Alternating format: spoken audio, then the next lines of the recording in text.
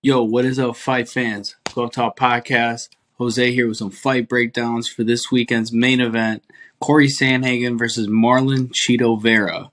Now, this fight right here is one of the most evenly matched main events I've seen in a long time. Both these guys, similar age, similar reach, all the basic stuff. But more than that, these two guys as fighters, man, makes for a great fight. You got on one side, you got Marlon Chito Vera, known a lot of people's eyes for his controversial win over Sean O'Malley when O'Malley hurt his foot. Ended up losing to Jose Aldo after that. But after the Aldo fight, Chito Vera has just gone on an absolute tear in the bantamweight division. Wins over the likes of Frank Yeager, Davey Grant, Rob Font, and Dominic Cruz. And he has looked better and better every single fight he has in the octagon.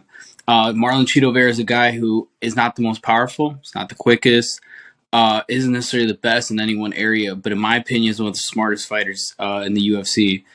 He starts kind of slow, but the way he's able to read people, the way he's able to know what kind of danger to put himself in without exposing himself too much, and then the way he's able to, when he throws strikes, he doesn't really miss. He lands and connects.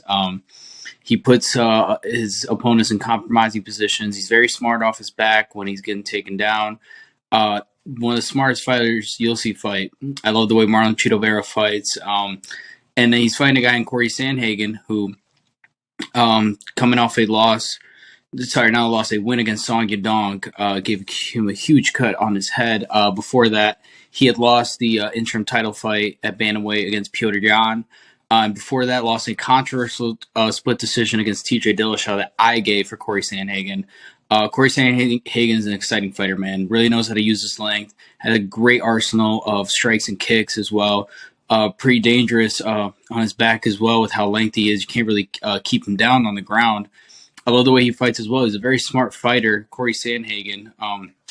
Ever since I lost to Aljamain Sterling in that title eliminator bout, he's just been a different fighter. He's just come out with an anger to him, and he's fought the top guys in the bantamweight division over and over again. And so Corey Sandhagen and Chito Vera, it's a great fight for both these guys. If they win this fight, you could potentially talk about a fight maybe against Sean O'Malley, a fight against Merab Dvalishvili.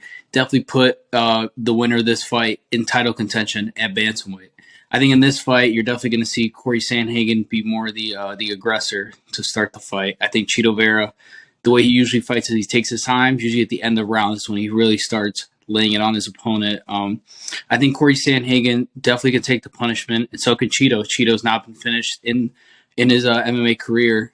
So definitely I expect a 5-round fight. I expect a very exciting 5-round fight. I think it's going to be an absolute war.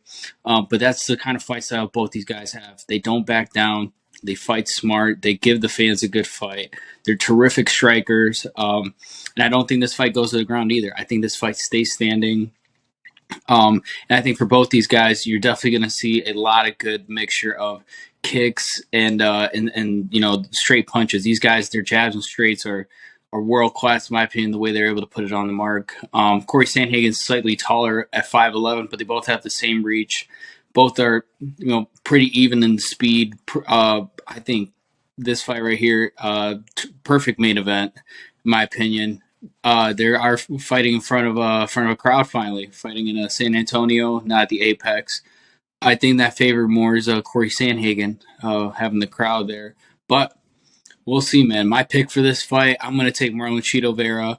I think Chito Vera, the role that he's on, I think what Jason Perillo and the whole Ruka team has been able to do with Chito Vera, it's like he was saying, his body's finally catching up with his mind. I think Chito Vera, the way he fights, he's finally starting to put it all together, But this fight's going to be very close. I think it goes to judges' scorecards. Regardless, don't forget to tune in on Saturday, UFC Fight Night, Corey Sandhagen, Marlon Chito Vera, only on ESPN Plus.